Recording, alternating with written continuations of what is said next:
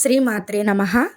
మనకి ఈ 2026 సంవత్సరం లలితాదేవి నవరాత్రులు మార్చి 19 నుండి మార్చి 27 వరకు జరగనున్నాయి. ఎవరైతే నవరాత్రులు 9 రోజులు పూర్తి చేద్దాం అనుకుంటున్నారో వాళ్ళు ఉదయాన్నే సూర్యోదయానికి ముందరగానే నిద్ర లేవాలి. ఈ 9 రోజుల పాటు ఈ నవరాత్రుల్లో ఉదయం వేళ సాయంత్రం పూట 2 పూటల దీపారాధన చేసుకుని పూజ చేసుకోవాలి. ఉదయం మీకు వీలైతే 5:30 లోపు లేకపోతే 6 గంటల లోపు పూజ ముగించుకోండి. సాయం సంధ్యా సమయంలో 7:30 లోపు కానీ 8 గంటల లోపు కానీ పూజ ముగించేట్టు చూసుకోండి. నవరాత్రిలో మొదటి రోజు తెల్లవారుజామున ముందుగా మనం తూర్పు ముఖంగా ఉన్న పూజా మందిరం శుభ్రం చేసుకుని మనం పూజ చేసే చోట గోమయంతో కానీ పసుపుతో కానీ ఆ చోటు నలికి వరిపిండితో మాత్రమే ముగ్గు వేయాలి. ఆ తర్వాత మళ్ళీ ఒక పీటకు పసుపు రాసి మళ్ళీ ఆ పీటపై పద్మ ముగ్గు కానీ లక్ష్మీ కుబేర ముగ్గు కానీ వేసుకోవాలి. ఆ తర్వాత ఆ పీటపై ఒక కొత్తటి ఎర్రటి వస్త్రం వేసుకుని ఒక 3 గుప్పిళ్ళు బియ్యం వేసుకుని అమ్మవారి ఫోటో కానీ ప్రతిమ కానీ పెట్టుకోవాలి. కలశం ఆనవాయితీ ఉన్నవాళ్ళు పెట్టుకుని పూజ చేసుకోవచ్చు. లేకపోతే మన ఇంట్లో ఉన్న లలితాదేవి ఫోటోని పెట్టుకుని పూజ చేసుకోవచ్చు, ఆరాధించుకోవచ్చు. ఒకవేళ మీ దగ్గర లలితాదేవి ఫోటో లేకపోయినా ఏ అమ్మవారి ఫోటో అయినా పెట్టుకుని పూజ చేసుకోవచ్చు. మనం కుంకుమ పూజ చేసుకునేటప్పుడు అమ్మవారి ప్రతిమ అంటే మన దగ్గర ₹1 బిళ్ళ లేదా ₹5 బిళ్ళ మీద అమ్మవారి ప్రతిమ ఉంటుంది. దాన్నైనా పెట్టుకుని చేసుకోవచ్చు. లేకపోతే రూపాయి బిళ్ళను తీసుకోవచ్చు.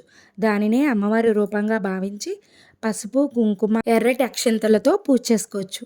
ఇలా కూడా పూజను ప్రారంభించవచ్చు.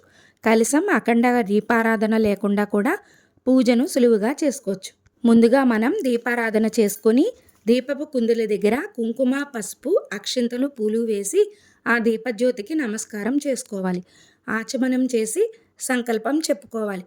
మనం ఏ పూజ చేసినా ఏ వ్రతం చేసినా ఫస్ట్ గణపతిని పూజిస్తాం కదా. మనం మొదటగా గణపతిని ముందుగా షోడోపచార పూజ చేసుకుని పూజించాలి.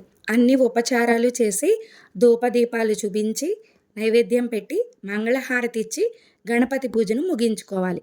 స్వామి వినాయక, ఈ 9 రోజులు కూడా ఏ ఆటంకాలు లేకుండా యథావిధిగా పూజను సక్రమంగా పూర్తి చేసుకునేలా నువ్వే చూసుకోవాలి తండ్రి, కాపాడు స్వామి అని వినాయకుడికి నమస్కారం మనస్ఫూర్తిగా చేసుకోండి.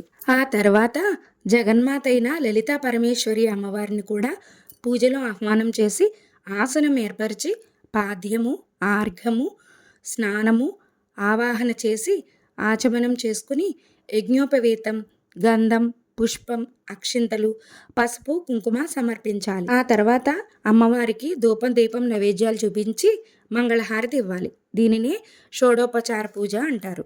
ఈ షోడోపచార పూజలో బెల్లం ముక్క కానీ ఏదైనా పండు ఉన్నా కానీ నైవేద్యం పెట్టచ్చు. పూజ అంతా ముగిసిన తర్వాత మనం చేసుకున్న ప్రసాదాలు మహానైవేద్యంగా పెడతాం. అమ్మవారు చక్కగా ఎరుపు రంగు చీరని ధరించి చేతిలో చెరుకు గడను పట్టుకుని లలితాదేవికి ఇరువైపులా లక్ష్మీదేవి సరస్వతీదేవి పరిచారకులుగా ఉంటారు. అలాగే శివుడు కూడా అందరూ కూడా అమ్మవారికి పరిచారకులుగానే ఉంటారు. ఇలాంటి అమ్మవారిని మనం మనస్ఫూర్తిగా ఇష్టంగా ప్రేమతో పూజించడం వల్ల లక్ష్మీ సరస్వతుల ఇద్దరి కటాక్షం కూడా మనకి కలుగుతుంది. అమ్మవారికి చక్కగా సువాసన భరితమైన పువ్వులతో అలంకారం చేసుకోండి. అలాగే ముఖ్యంగా ఎరుపు రంగు పూలతో పూజించడం వల్ల అమ్మవారి అనుగ్రహం కూడా కలుగుతుంది. లలితాదేవి అంటేనే శ్రీచక్ర స్వరూపిణి అంటూ ఉంటాం కదా మనం. అందుకే లలితాదేవిని ఈ సంవత్సరం మొదటిగా ఆరాధన చేసి పూజించడం వల్ల మన కుటుంబంలో ఉన్న అటు 7 తరాలకు ఇటు 7 తరాలకు అందరికీ కూడా లలితాదేవి ఆశీస్సులు అనుగ్రహం లభిస్తాయి. పాపాలను హరించి పుణ్యం కలగాలంటే ఈ నవరాత్రిలో అమ్మవారిని పూజించాలి. ఈ 9 రోజులు కూడా పూజ చేయలేని కుదరలేని వాళ్ళు కనీసం ఒక్కరోజైనా అమ్మవారిని పూజించాలి. ఈ నవరాత్రుల్లో ఈ నవరాత్రి పూజ ఎవరైనా చేసుకోవచ్చు. ఆనవాయితీతో అవసరం లేదు. అఖండ దీపారాధన కలశం లేకుండా కూడా పూజ చేసుకోవచ్చు. లేదు మేము 2 పెట్టుకుంటామంటే జాగ్రత్తగా కాపాడుకోగలము అంటేనే అఖండ దీపారాధన చేసుకోండి, కలశం పెట్టుకోండి. మాకు అమ్మవారి పూజ చేసుకోవాలని ఉంది కానీ ఆఫీసులు వర్కింగ్ టైమింగ్స్ వల్ల మాకు కుదరట్లేదు.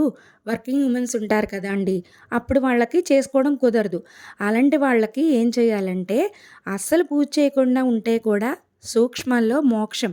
అదెలా అంటే దీపం వెలిగించి షోడోపచార పూజ చేసుకుని చాలా తేలిగ్గా కూడా పూజ చేసుకోవచ్చు. అమ్మవారికి దీపారాధన చేసి అమ్మవారిని ఆవాహన చేసి ఆహ్వానించి పాద్యం, ఆర్ఘ్యం, వస్త్రం, యజ్ఞోపవీతం సమర్పించి ధూపం దీపం చూపించి నైవేద్యం కూడా సమర్పించి మంగళహారతి ఇచ్చి ఇలా షోడోపచార పూజతో తేలిగ్గా చేసుకోవచ్చు. మన ఇంట్లో ఏ రకమైన పండున్నా నైవేద్యం పెట్టచ్చు. అవి లేకపోతే ఆవు పాలు నైవేద్యం పెట్టచ్చు. అవి కూడా లేకపోతే ఒక చిన్న బెల్లం ముక్కైనా పెట్టి నైవేద్యం పెట్టచ్చు. అమ్మవారు మనం ఎంతసేపు ఎన్ని గంటలు పూజ చేస్తున్నామో అన్నది చూడరు. మనం ఎంత భక్తిగా ఎంత ప్రేమగా అమ్మ పైన మనసును లగ్నం చేసుకుని చేస్తున్నామా అనేది మాత్రమే అమ్మవారు చూస్తారు. మనం పూజలో జవ్వాది పౌడర్, పచ్చకర్పూరం వేయడం వల్ల, వీటితో పాటు పూజ చేయడం వల్ల దైవాకర్షణ పెరగడంతో పాటు మన ఇంట్లో పాజిటివ్ ఎనర్జీ అనేది ఏర్పడుతుంది.